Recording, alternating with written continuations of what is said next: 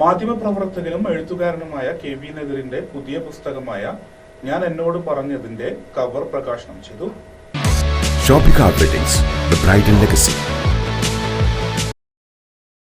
മാധ്യമപ്രവർത്തകനും എഴുത്തുകാരനുമായ KV നദീറിന്റെ പുതിയ പുസ്തകത്തിന്റെ cover പ്രകാശനം പി നന്ദകുമാർ MLA നിർവഹിച്ചു.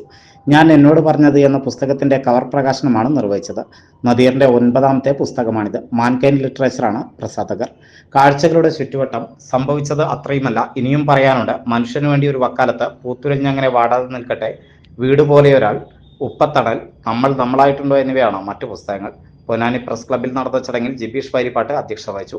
Akbar group managing director KV Abdul Nasar, മുൻ ഹജ്ജ് കമ്മിറ്റി അംഗം KM മുഹമ്മദ് കാസിംകോയ, KV നദീർ, ആദിൽ റഹ്മാൻ, ഫാറൂഖ് വെളിയങ്കോട് എന്നിവർ സംസാരിച്ചു. C പ്രദീപ് കുമാർ സ്വാഗതവും EP സക്കീർ നന്ദിയും പറഞ്ഞു.